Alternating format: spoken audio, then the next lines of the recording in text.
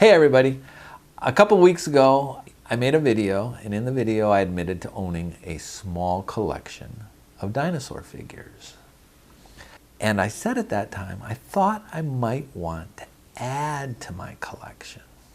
Well, guess what came in the mail this week? So I guess we're going to do another dinosaur unboxing.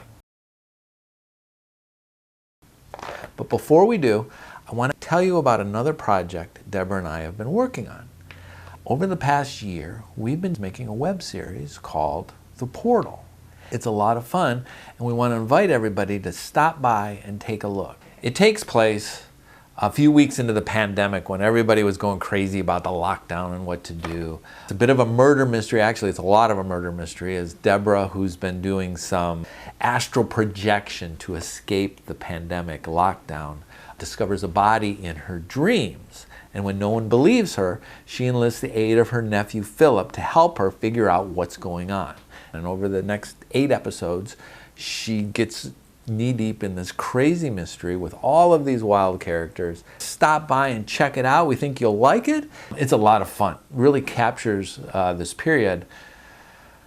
Back to dinosaur collections. After the video, I did a lot of research, realized there were hundreds, if not thousands, of dinosaurs available. So you need a plan when collecting dinosaurs. Some people probably collect by species. What's their favorite dinosaur? They'll get all of those. Or genre. Maybe scale. They like them bigger or small. They get to collect all the big dinosaurs, all the little dinosaurs. They might collect by time period. I want all the Jurassic dinosaurs or all the Cretaceous dinosaurs. Some of them might even collect with movie tie-ins. This is a Jurassic Park dinosaur or a King Kong dinosaur or whatever. I came up with my plan. I'm not going to tell you about it just yet. I think it'll be obvious over a period of a couple of videos, so we're going to just let you figure that out as we go along. So this is the first one on that path of collecting dinosaurs. Actually, it's not the first one.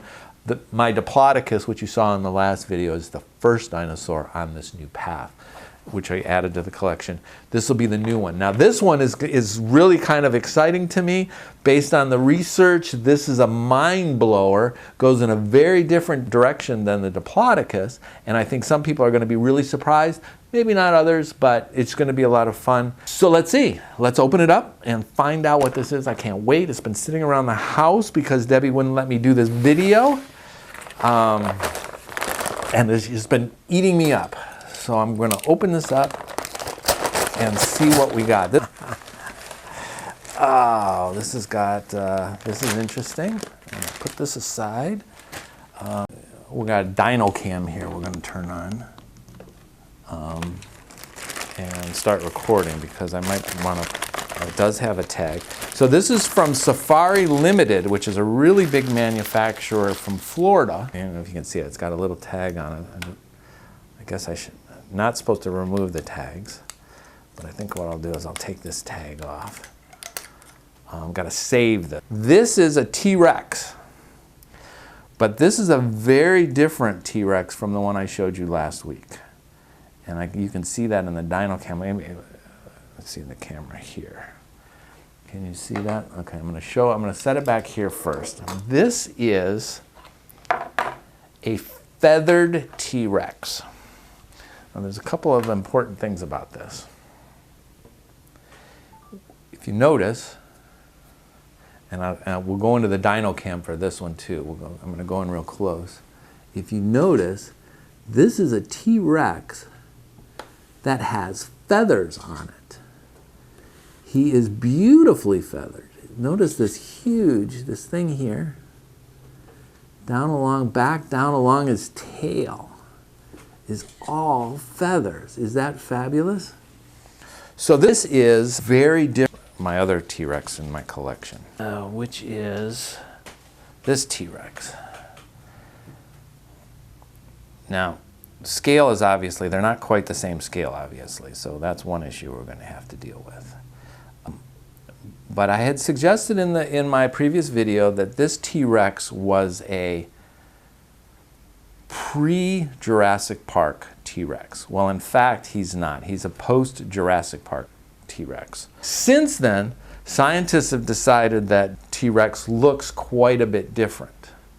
And so this sculpture is based on the Sioux T-Rex at the Field Museum in Chicago. And you'll notice a couple of different things about this T-Rex. You'll notice this guy has really long, skinny, but really long front arms.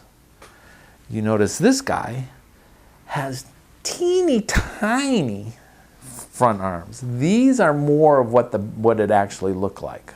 Okay, these tiny arms, and I'll put that up to the, I mean, you can see just those little teeny tiny arms here. Anyways, so that's one thing.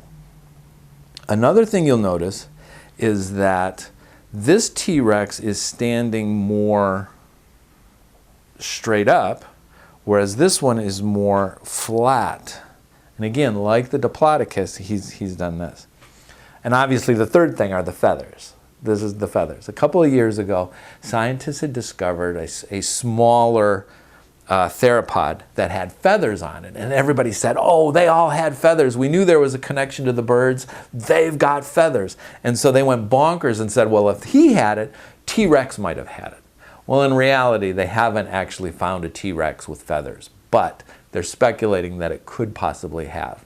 More recently, they're saying maybe we went too far on that one and they didn't probably have feathers. But this is really cool because this, in fact, is a model suggesting that they did have feathers. And so this takes, whereas Diplodocus was a retro Diplodocus, this is a very modern interpretation of T-Rex and what it would be. And it's just, it is excellent.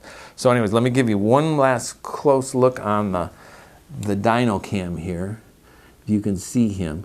Another interesting thing about this particular figure is he's got some scars on his face, showing that he's kind of a vicious guy who's been in some fights. And apparently the actual Sioux that this skeleton is based on actually had some damage to her bones that showed she had maybe gotten into some tussles with them things, and in fact had a cut in her jaw that suggested she had an infection and stuff. So it's kind of interesting. And like I said, this is actually based on that particular skeleton, the one at the Field Museum. That's it for now. What I'm going to do is probably later on I'll do a more close review of this one, and we'll go through some more details and stuff. But for now, I'm going to leave it at that and say excellent. This is a great start to my dinosaur collecting adventure. And I hope you enjoyed this, and I hope you tune into our web series, The Portal, because I think you'll be really excited. So anyways, thanks a lot for watching, and we'll see you next time on Dinosaur Unboxing.